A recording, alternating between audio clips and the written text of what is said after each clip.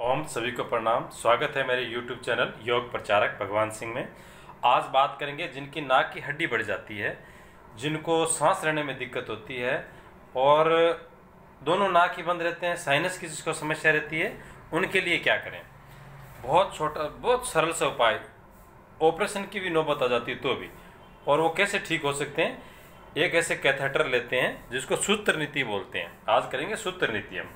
इस पे थोड़ा सा तेल लगाया, इस पे लगा दिया ऐसे पूरे पर, और थोड़ा सा अणु तेल अपने नाक में लगा दिया,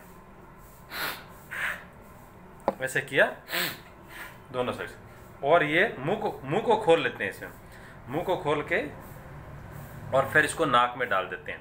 देखो ऐसे मुंह खोला, थोड़ा सा ऐसे, और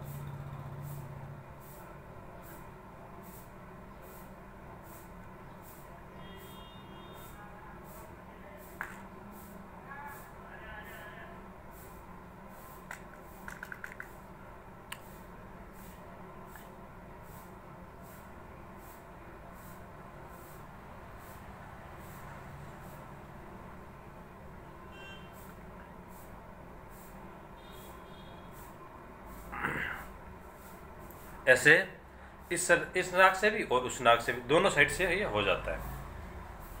इसको किसको कितनी भी समस्या हो, नाक से, नाक की हड्डी बढ़ रही है, मांस बढ़ रहा है, या सांस लेने में तकलीफ हो रही है, तो ये, और इसके बाद में थोड़ा थोड़ा अणु तेल और डाल लेते हैं।